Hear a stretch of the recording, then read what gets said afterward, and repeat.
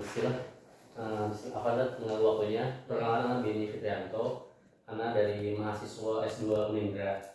Jadi pendidikan bahasa Inggris. Nah saat ini Ana sedang menempuh tesis dengan judul ini integrasi konsep mapping dan task based language teaching atau TBLI dalam belajar kelas bahasa Inggris. Kebetulan sekolah kita kan berbasis IT nih yang di Monitor Quran. Nah Ana ingin izin bertanya-tanya terkait pembelajaran di khususnya Monitor Quran sendiri gitu. Mungkin Ana izin mulai dari perkenalan, terus boleh jadi perkenalan dirinya sekarang. Secara institusi di sini atau bagaimana? Ya, personal boleh, nanti berapa lama pengalamannya, kemudian background pendidikan seperti apa gitu. Bismillahirrahmanirrahim. Perkenalkan, nama saya Muhammad Fajar Siddiq Al-Saidi, masih bisa panggil saya Fajar. Saya saat ini kebetulan diamanahi sebagai guru bahasa Inggris di mata pelajaran speaking. Karena di sekolah ini kita membagi dua sistem kelas menjadi kelas speaking dan kelas writing. Gitu Mas. Jadi untuk kelas writing sendiri itu dia memang fokusnya writing, reading dan grammar itu satu paket. Nah, sedangkan untuk kelas speaking itu ada kelas speaking dan speaking dan listening ya, satu paket juga. Jadi sistem kelasnya itu, jadi sebelum kita ngebahas lebih lanjut ya. Jadi kita itu memang ada pembagian kelas antara kelas speaking dan kelas writing. Biar kita lebih jelas fokusnya ke arah mana. Seperti itu. Karena sebagaimana kita tahu biasanya bahasa yang disampaikan pada saat speaking itu totally different dengan bahasa yang dipakai pada saat menulis kan ya. Biasanya mungkin Masnya tahu ya kalau pada saat menulis itu bahasa dituntut untuk lebih formal dan akademik ya. Sedangkan untuk speaking itu malah orang lebih menuntut untuk lebih nyantai begitu. Jadi metode pembelajaran yang kami gunakan di sini bisa dibilang cukup berbeda antara kelas speaking dan kelas writing. Seperti itu Mas.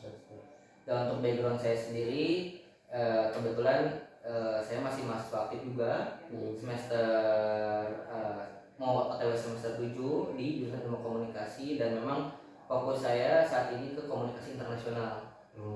Kenapa alat itulah alasan kenapa saya diamanahi jadi guru speaking di sini. Seperti itu. Dan memang background saya diplomasi Mas. Kalau boleh tahu di mana kuliah? Sebelumnya saya sempat kuliah di UIN Jakarta. Itu jurusan sebelum itu sastra Arab S1. Ini S1 yang kedua saya. Ya, dan ini saya yang sekarang itu di Universitas Terbuka yang memungkinkan saya untuk bisa bekerja sambil berkuliah gitu ya Mas ya. Kalau untuk pengalaman mengajarnya kurang lebih berapa lama? Untuk di sini hampir 2 tahun. Dan untuk di luar, mungkin kalau di luar jatuhnya informal class ya, informal classes, karena saya mengajar bahasa Indonesia untuk penutur asing juga, dan saya mungkin banyak mengajar ini ya, jadi pelatih diplomasi untuk kompetisi internasional seperti itu. Jadi memang fokus saya di speaking ya Mas ya, seperti itu. Berarti sangat relate sih dengan apa yang ingin Ana tanyakan terkait speaking khususnya ya. Baik, kita langsung ke apa ya, ke main pointnya berarti. Baik, kira-kira saat mengajar speaking ini di awal pembelajaran ini seperti apa sih Ustadz ini memetakan konsep siswa itu sebelum berbicara atau sebelum aktivitas speaking itu sendiri, seperti apa memetakan konsepnya Pak? Berkaitan dengan konsep mapping ini. Baik. Pertama-tama mungkin sebelum saya memetakan itu yang perlu saya lakukan tuh bagaimana sih caranya agar siswa itu trust sama kita. Jadi banyak fenomena di Indonesia ya, sebagian besar fenomena di Indonesia, banyak sekali siswa memang saya rasa mereka pintar pada saat mengisi soal, pada saat TKA, UN, atau mungkin pada saat UTBK mereka bisa menjawab semua itu dengan baik. Tapi pada saat mereka diminta untuk menjadi pembicara, atau pada saat mereka diminta bahkan untuk sekedar berkomunikasi di sehari-hari ya, mereka itu tidak bisa. Yang pertama yang perlu kita tekankan di sini bahwa bagaimana caranya agar siswa itu bisa trust ke kita, bisa percaya ke kita kalau kita tidak menjudge mereka. Itu satu hal penting, karena banyak ini tidak semua ya, namun kebanyakan sistem pendidikan di Indonesia itu masih menerapkan policy grammar di mata pelajaran speaking. Yang saya rasa itu kurang efektif diterapkan untuk kelas speaking. Karena untuk kelas speaking sendiri yang paling pertama adalah bagaimana cara membangun trust atau rasa percaya anak membangun confidence-nya mereka atau percaya dirinya mereka, sehingga itu yang perlu saya tekankan. Itu yang pertama. Dan yang kedua, mengingat mungkin saya ngasih tahu sistem pembelajaran di sini ya. Untuk pelajaran speaking sendiri kita menerapkan sistem project based learning, di mana bisa dibilang test based learning itu sama aja bersama ya. Iya betul. Jadi di sini tuh kita memetakan tema per babnya, begitu Mas. Misalkan untuk katakan untuk kelas 11 ya. Misalkan untuk kelas 11 tema di bab pertama itu tentang housing atau tentang rumah minimalis atau hal-hal berkaitan dengan perabotan atau apa. Instead of atau alih-alih kita mungkin mengenalkan ini panci, ini pintu, atau misalkan ini rumah tingkat 2, rumah tingkat 1, tapi kita mengajak anak-anak untuk berinteraksi langsung dengan orang luar negeri yang kebetulan memiliki tipe rumah atau tipe kamar yang kebetulan sama seperti yang digambarkan. Karena mungkin perlu Mas ketahui, kami di sini itu mempunyai kita kerjasama dengan salah satu platform namanya itu Class to Class. Itu salah satu platform pembelajaran digital yang di istilahnya yang sering diikuti atau mungkin sudah banyak guru-guru dari berbagai negara terlibat di situ, Mas. Dan kebetulan SMK Madinatul Quran ini bisa dibilang bukan cukup lagi, sering terlibat aktif di setiap proyek yang diadakan oleh guru dari negara lain. Seperti itu. Jadi itu berbayar tidak? Itu gratis. Gratis. Yang penting kita punya availability di situ. Availability kita sebutkan saja kita available di waktu apa, jam berapa, karena mungkin perbedaan waktu juga ya antara satu negara dengan negara lain. Jadi dalam platform tersebut kita ada fitur filter, Mas. Ada fitur filter mulai dari minat kita mau arah kemana pembahasannya, terus negara apa yang mau kita jadikan partner dalam belajar bahasa Inggris, dan topik apa yang menjadi interest kita atau minat kita dalam pengembangan bahasa Inggris, dan itu semua bisa difasilitasi oleh platform Class to Class ini. Dan dari situ akhirnya saya mengajak anak-anak, dan setidaknya dalam 1 bulan itu ada 1 project. Begitu Mas. Jadi dalam 1 semester itu kita setiap bulan mengikuti project, dan salah satu dari project itu kita yang jadi hosting, kita yang mengadakan. Gantian. Jadi dari 6 bulan ini kita 5 bulannya jadi tamu di project orang lain ya, di project guru dari negara lain. Kita sempat berkolaborasi dengan guru dari Jepang, dari Korea, India, Pakistan, Argentina, Turki, Belarus, masih banyak Mas. Dan pada saat kita hosting juga sebagai tuan rumah ya, kita mengadakan kompetisi diplomasi antar siswa SMA seluruh dunia. Dan di situ saya tidak pernah menekankan grammar kamu harus bagus, grammar kamu harus begini, harus begitu. Saya tidak menuntut mereka untuk cakap dalam grammar. Tapi saya hanya berusaha, silakan berinteraksi, as long as selama kamu paham, mereka paham, silakan kamu berbicara. Dari situ itu yang selalu saya tekankan kepada anak-anak. Jadi anak-anak yang awalnya sir, saya malas bahasa Inggris karena nggak bisa, saya takut nanti dijudge, saya takut nanti misalkan dikata jelek lah grammarnya, dan ternyata saya selalu menanamkan dalam pikiran anak-anak bahwa orang luar atau foreigner itu sendiri bahkan tidak pernah menjudge grammar, maka mereka sendiri tidak perlu dan grammar untuk speaking ya, maksudnya konteks speaking. Maka dari itu pedagogical approach ya yang saya terapkan ke anak-anak di kelas speaking ini, dengan cara menanamkan trust mereka kepada pengajar agar mereka mau terbuka apa yang jadi kendala mereka. Yang kedua adalah membangun confidence mereka. Itu yang paling awal dulu. Baru setelah 2 yang paling awal ini kita sudah bangun nih, mungkin 1, 2 atau 3 bulan tergantung kebutuhan dari masing-masing anak ya, karena beda-beda. Nanti mungkin di mulai bulan-bulan berikutnya seperti bulan 4, 5 dan seterusnya itu kita bisa coba mungkin bisa dibilang technical approach itu kita secara personal ke anak-anak. Kamu minat di isu apa? Kamu minat di pembahasan apa? Karena untuk satu pembelajaran di KBM sendiri ya, itu kita memang tetap menyamaratakan satu kelas itu satu materi untuk satu kelas.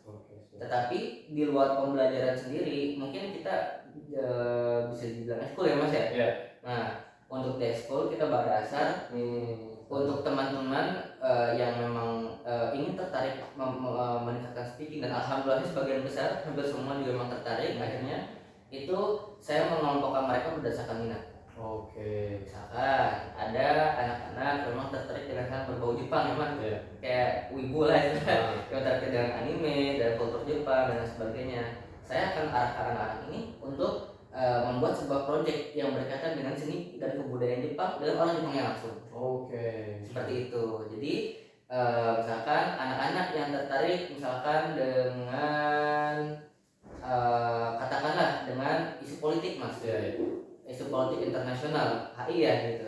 Nanti mungkin bisa saya arahkan ke guru yang memang memegang atau in charge di bidang internasional politik juga. Misalkan mungkin dari negara-negara yang bisa dibilang cukup intens dalam bidang politik seperti Amerika atau misalkan Iran atau negara-negara yang memang bisa dibilang cukup aktif di dunia internasional. Kalau konteks IT-nya gimana tuh? Kan ini kan soal IT. Nah, mengintegrasikan dengan konteks IT itu seperti apa dalam pembelajaran Inggris bahasa speaking ini? Oke. Untuk IT ya. Untuk IT sendiri di kelas, kalau tidak salah ya, itu di kelas 11 pertengahan, di kelas semester 4 berarti ya.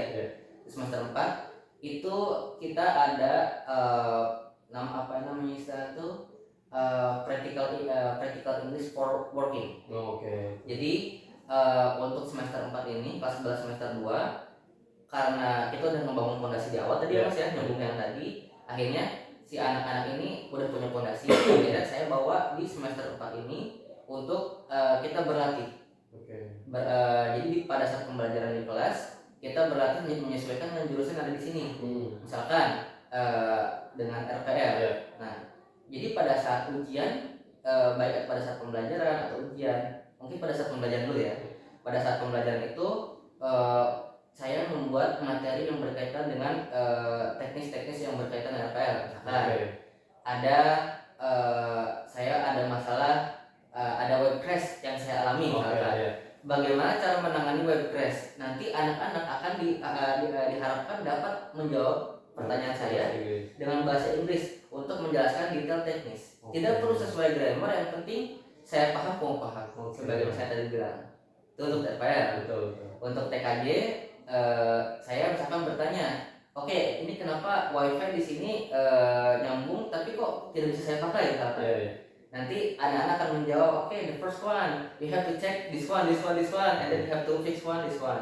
Nah, jadi anak-anak akan menjawab secara teknis per teknis, dan saya biasanya menyusun.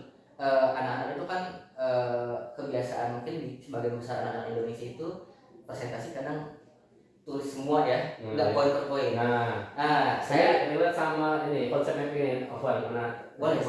Jadi kan tadi tugas based on jurusan mereka kan. Nah itu kira-kira Ustadz bagaimana tuh memetakan atau menyesuaikan siswa tuh atau mengonsep di awal tuh supaya mereka on point dalam pembicaraan mereka gitu. Terus kita memetakan apakah cuman menyampaikan ini kita proyek seperti ini, atau mungkin baik ada skema dengan live dengan digital seperti apa gitu. Baik, paham. Untuk skema kita di awal memang setelah pembangunan fondasi tadi masuk semester 3 atau semester 4 itu kita ada namanya pertama untuk materi kita kelompokkan berdasarkan materi IT-nya sendiri. Misalkan untuk TKJ ada materi A, B, dan C, untuk RPL ada materi A, B, dan C. Seperti itu. Misalkan katakanlah untuk materi TKJ, misalkan perbaikan wifi misalkan. Saya itu selalu berusaha anak-anak, nanti kita akan membahas materi tentang bagaimana cara membetulkan wifi misalkan. Nanti anak-anak itu saya biarkan dulu untuk mempelajari bagaimana mempelajari hal yang di bidang IT-nya itu dulu. Setelah itu mereka sharing ke saya sebelum presentasi. Jadi saya membuka sesi konseling dulu istilahnya ya, ngobrol dulu, Mr. Fajar apakah ini sudah bagus atau belum, atau misalkan ini apakah masih terlalu masih terlalu panjang atau maaf tadi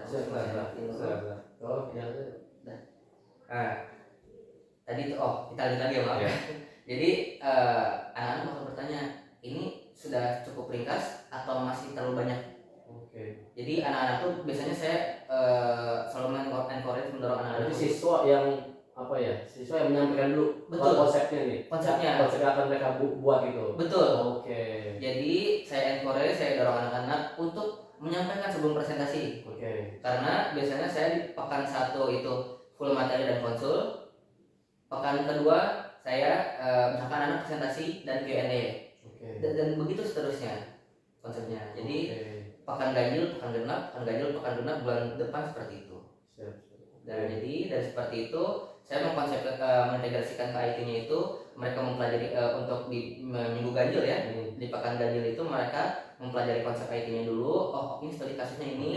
Setelah itu mereka coba untuk memahami mengonsep kira-kira mau ngeberesin yang mana dulu, yang A, yang B, yang C. Setelah itu dari itu mereka coba latihan presentasi sebentar dengan saya, apakah sudah cukup terpoin, terpola, atau masih kayak paragraf gitu ya, masih sangat-sangat panjang seperti paragraf. Saya koreksi di situ. Baru setelah mereka oke, dari konsep poin udah bagus, dari problem solving udah bagus, mereka baru bikin Canva. Bikin desain dari Canva atau PPT. Baru mereka saya kasih waktu 1 pekan ya, dari pekan pertama ke pekan kedua untuk bikin PowerPoint dengan apa yang sudah mereka buat, dan setelah itu di pekan kedua mereka presentasi. Seperti itu. Oke, izin melanjutkan ya. Berarti kan memang sudah terintegrasi ya, antara konsep dari awal, konsep efeknya, terus dengan task base-nya tadi.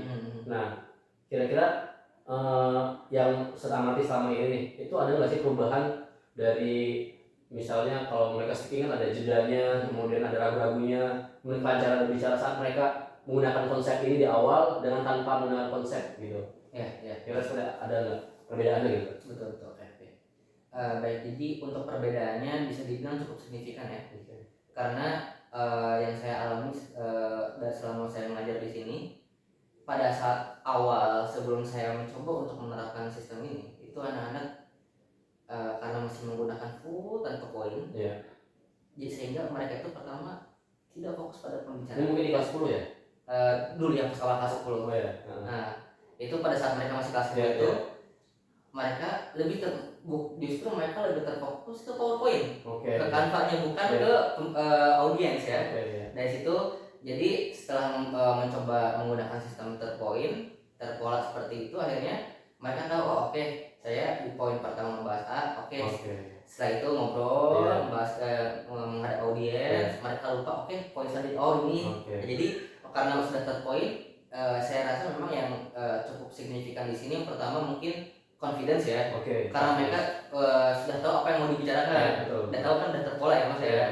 Yang pertama, yang kedua sendiri itu fluensinya, karena orang yang membaca dengan orang yang paham konsep pasti beda fluensinya, seperti itu. Jadi kurang lebih seperti itu mas. Baik, kira-kira pendekatan yang untuk lakukan nih untuk yang tadi di awal tersebut ini sangat relate nggak dengan jurusan mereka atau kebutuhan mereka di bidang IT ini? Untuk hal tersebut tentu sangat relate mas, karena kebetulan kasus yang terjadi di dunia nyata saya ya. Ada salah satu siswa kami di sini dari jurusan FPL yang kebetulan dia itu saya lupa apakah dia memang magang atau bekerja, tapi dia menjadi salah satu karyawan di perusahaan game developer luar negeri. Dan dengan adanya pembelajaran seperti ini, yang awalnya dia jadi karyawan mungkin pemagang pasif lah ya mas ya. Jadi hanya tahu instruksi tapi gak bisa membela balik. Tapi pada saat ada pembelajaran dengan sistem seperti ini, akhirnya anak yang bersangkutan ini dia bisa mencoba menyampaikan masalah yang dia hadapi pada saat menerima klien-klien dari luar negeri. Berarti sangat buat pengaruh ya? Alhamdulillah mas. Izin bertanya kita? Boleh. Nah, respon siswanya nih, karena mau tahu kira-kira saat antum menerapkan sistem yang sudah tadi antum jelaskan itu, kira-kira respon siswanya seperti apa tuh? Apakah dari yang beginner mungkin ada yang sulit menerima, atau seperti apa respon siswanya terkait pendekatan yang melakukan dengan pembelajaran? Untuk sebagian besar ya, sekitar 70% siswa alhamdulillah bisa menerima tanpa ada komplain. Mas, tapi untuk 30% itu sendiri ya, saya rasa mungkin mereka masih struggle dengan vocabulary itu. Jadi mungkin biasanya kami di semester genap pada saat kelas 12 itu PKL Mas. Yeah. Karena kan ada ruang kosong ya di sini yang pada saat karena kelas 12 PKL ada ruang kosong yang tersedia. Jadi kita biasanya untuk kelas 10 11 kita bagi menjadi advance dan beginner. Jadi kita itu hasil evaluasi dari semester ganjil Mas. Let's say misalkan katakanlah di semester ganjil ini ini yang 30% masih kurang nih Mas. Dan mereka masih struggle di entah di vocabulary atau mungkin mengkonsepnya masih kurang ya Mas ya. Maka kita bantu di semester genap Mas. Di semester genap ini maka kita bantu dengan mempolakan antara kelas advance dengan kelas beginner, diferensiasi Mas. Gitu. Jadi untuk kelas advance sudah saya lanjut dengan metode yang mungkin karena metode terbiasa juga mereka sudah terkonsep dan terpola, akhirnya udah saya tinggal mengikuti keinginan siswanya apa. Sedangkan untuk yang beginner itu tetap fokusnya kan kalau yang tadi saya ngikutin siswa, yang ini saya mereka harus ngikutin saya. Jadi saya tahu metode pembelajaran yang sepertinya ada metode alternatif yang lebih bagus, saya coba lagi. Sehingga akhirnya untuk yang beginner ini sebenarnya ada peningkatan sampai ke intermediate walaupun nggak advance banget seperti itu. Nah ini bicara challenge nih, kira-kira challenge sebenarnya yang akan menghadapi saat menerapkan sistem tersebut, yang tadi konsep mapping dengan tadi tugas tadi itu, kira-kira challenge-nya apa yang untuk menghadapi di dalam kelas? Untuk challenge ya, saya rasa memang untuk challenge saya sendiri kesulitan lah apa? Iya paham. Kebetulan yang pertama mungkin yang paling dasar ya. Ketika saya ngajar jadwal siang, itu challenge yang paling besar karena jadwal setelah jam zuhur ya. Ngantuk itu. Biasanya saya mencoba untuk mengalihkan dulu anak-anak untuk membahas materi yang bisa dibilang menyenangkan, bukan yang berkaitan dengan IT, karena mereka juga kadang sendiri benci dengan hal yang berkaitan dengan kejuruan. Kalau untuk di bahasa Inggris ya gitu.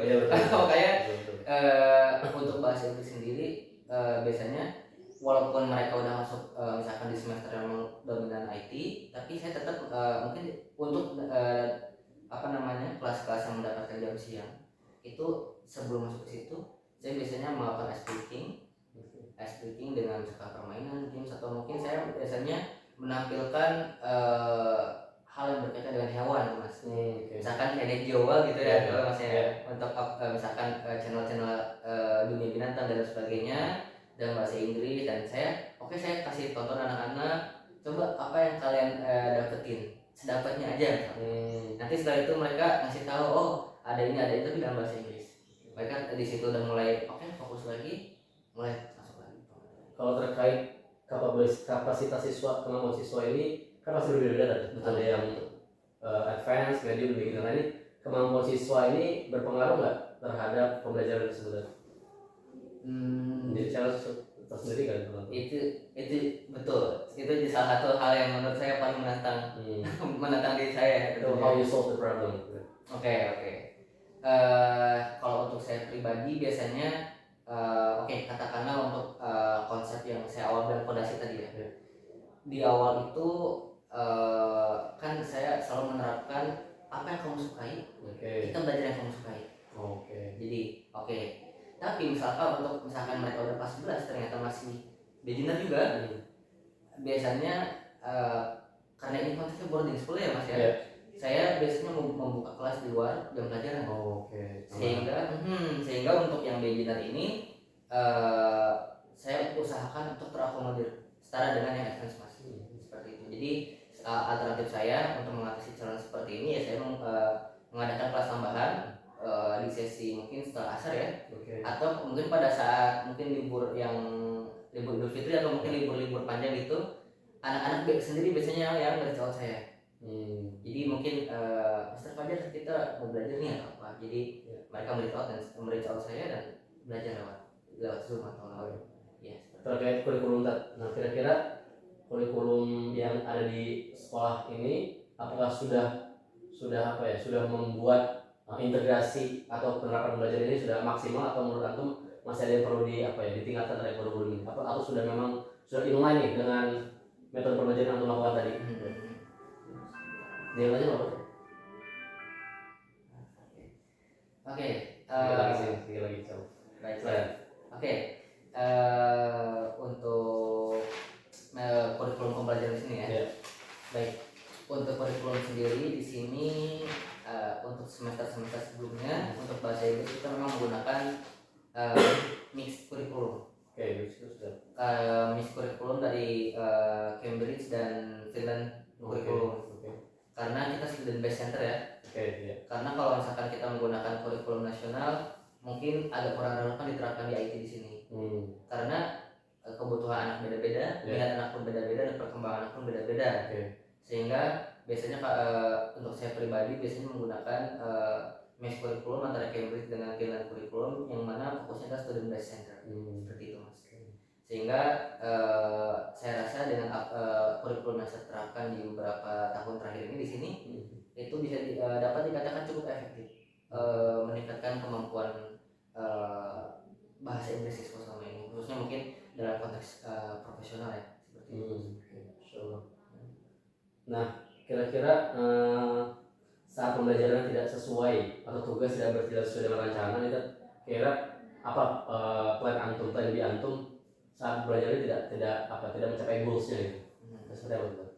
Baik. Biasanya saya mengadakan evaluasi bulanan.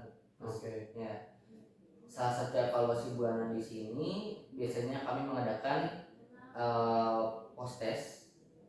Mengadakan post test seberapa jauh anak-anak ini memahami pelajaran yang saya sampaikan selama ini, dengan cara saya melibatkan anak-anak ini untuk terlibat aktif. Misalkan nih Mas, yang saya bilang tadi, kita kembali yang awal tadi ya, itu ada project dengan orang luar negeri di 1 bulan sekali. Nah, ini jadi evaluator buat anak-anak.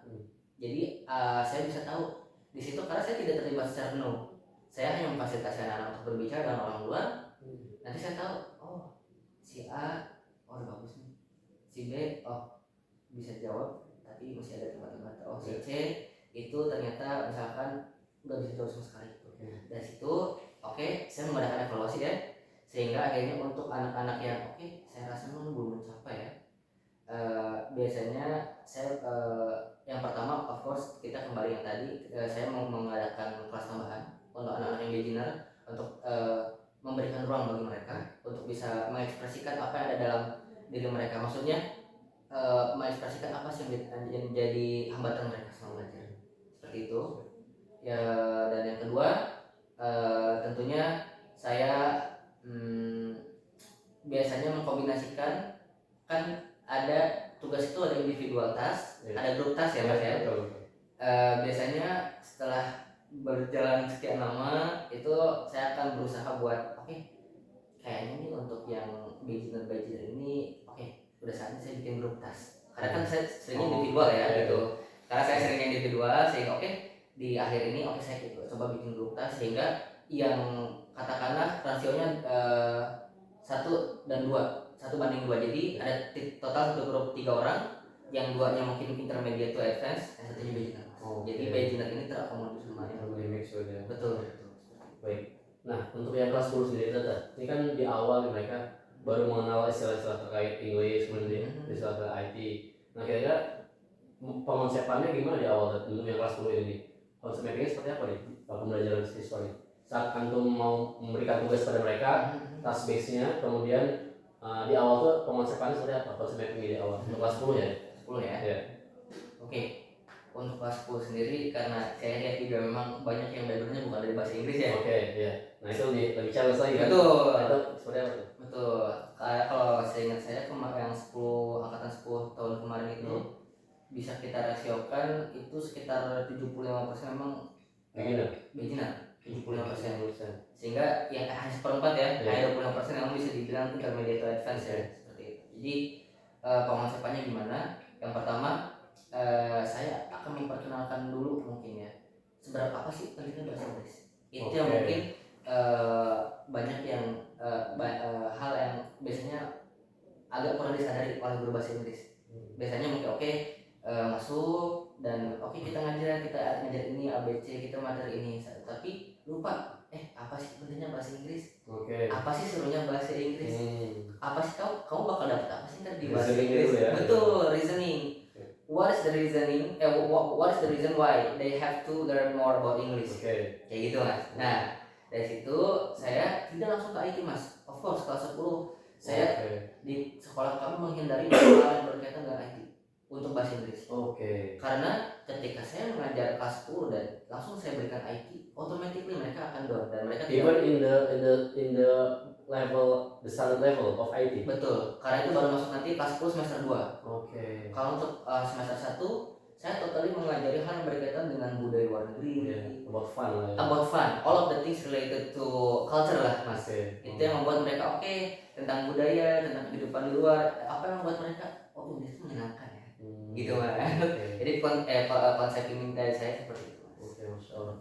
Oke, mungkin last question. Boleh. Nah, kira-kira tadi kan sudah ada penerapan konsep mapping di awal, kemudian untuk task based teachingnya.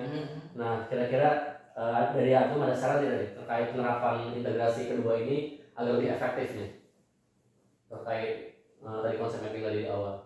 Boleh diulang mas tadi. Jadi kan tentu sudah menerapkan nih konsep mapping di awal tadi dengan penerapan bahasa Inggris dan lain-lain. Kemudian diintegrasikan dengan tugas-tugas kan tadi. Tugasnya kalau yang kelas 10 kan itu belum ke IT, tapi yang kelas 11 sudah ke IT. Nah, kira-kira agar lebih efektif nih integrasi kedua ini seperti apa nih saran dari antum atau pendapat antum nih? Agar lebih efektif nih implementasi keduanya nih. Integrasi antara ya betul. Konsep mapping di awal, kemudian dengan tugasnya itu diintegrasikan tuh seperti apa tuh agar lebih efektif menurut antum, based on experience antum. Karena kan kadang-kadang ada guru yang cuman kerjain ini, nah tanpa ada background konsepnya dulu tuh di awal gitu. Nah itu kan siswa jadi bingung kan kadang-kadang gitu. Tapi kan kalau di Anu sudah tadi udah siswa di awal tuh dikasih ini loh penting bahasa Inggris, terus kita konsep ini loh. Mereka bahkan tadi di awal mereka harus konsep sendiri dulu kan. Nah di antum yang nanti merevisi, nah itu seperti apa tuh supaya lebih makin efektif lagi gitu. Oke. Biasanya yang pertama yang saya membuat biasanya sih yang saya, karena kebetulan kita di sini setiap semester itu kita rutin ya mas ya, mengundang native speaker sebagai salah satu komponen dalam pembelajaran di sistem pendidikan sistem pembelajaran di kami, agar anak-anak itu terchallenge seperti itu mas. Karena kan tadi masih berbicara efektif ya. Sebagaimanapun kita reasoning ke anak-anak, Inggris tuh bagus, saya kasih tugas ini nanti bakal ini, tapi namun kalau pada akhirnya anak-anak merasa ya kan nggak kepake. Akhirnya experience-nya. Betul, dan akhirnya saya selalu bilang di awal semester ke setiap baik itu angkatan baru atau angkatan yang lama, di UTS dan di UAS nanti kita ada penguji dari luar negeri dan saya harap teman-teman bisa ya. Disitulah akhirnya mereka terpicu lah, ke-trigger ya, mereka ke-trigger untuk bisa lebih memaksimalkan apa yang saya konsep di awal. Karena bagaimanapun kita mengkonsep, karena saya juga pernah hajar di tempat-tempat sebelumnya ya gitu. Itu kita mengkonsep serapih mungkin dan membuat anak-anak tertarik. Mungkin gak akan semaksimal ketika mereka ternyata ini kepake loh. Gitu mas. Kalau saya pribadi useful. Jadi ketika mereka bilang ini reasonnya ini dan mereka menyenangkan, dan pada di akhirnya ujian tetap sama saya atau ujian mungkin hanya tulis atau hanya dan itu membuat mereka gak kepake, dan itu akhirnya saya selalu melibatkan teman-teman rekan-rekan saya dari luar negeri untuk mungkin diundang jadi guru tamu di sini sebagai penguji, baik itu offline ataupun online, tapi memang seringnya online ya karena keterbatasan jarak itu mas. Baik, Masya Allah, terima kasih Tat atas waktunya dan informasi yang sangat menarik nih. Jadi ada insight baru juga nih. Mungkin izin setelah ini Tat, nanti akan upload di YouTube tapi pada private karena untuk ini aja, untuk anak convert ke tadi AI tadi. Aman. Izin. Kemudian nanti boleh Tat, Ana boleh tidak izin minta modul ajar Tat, modul ajarnya. Modul ajar. PDF ya? PDF boleh, PDF sama mungkin RPP silabusnya. Kalau saya itu biasanya modul ajar dan RPP itu digabung mas. Digabung. Sudah include. Jadi dari situ memang modul ajar itu misalkan materinya apa, Terus langsung di bawahnya. rencana pembelajarannya apa? Oke. Jadi emang udah Oh, oke. biar enak ya. Iya, kalau masnya ini udah dalam misalkan satu modul masuk udah ikut semua. Oh, siap Masya Allah. Afan ini kalau mau belajar ini antum yang buat sendiri atau udah ada tim kurikulum yang ini? Kebetulan itu buat saya yang buat sendiri. Oh, sendiri atau bisa? Iya betul. Oke, dari kurikulum misalnya ada kurikulumnya menentukan ini, antum yang terjemahkan sendiri gitu. Betul. Oke. Jadi kurikulum hanya sebagai advisor di situ, Oke. sebagai penasihat. Di situ saya tetap mengeksekusi saya sendiri. Hmm. Jadi saya mencerna apa yang disampaikan oleh kurikulum. Oh, kurikulum atau mungkin dari website ini A B C. Oke, saya terjemahkan, saya coba ini rambut sendiri. Formulasikan sendiri mas, keren. Baiklah, berarti jazakallahu khair atas waktunya. Maaf ya waktunya antum. Ya, tidak apa-apa mas. Maaf. Makasih ya. Iya mas. Semoga lancar-lancar ya mas Amin. tesisnya mas. Makasih banyak ya. Ya siap. Allah.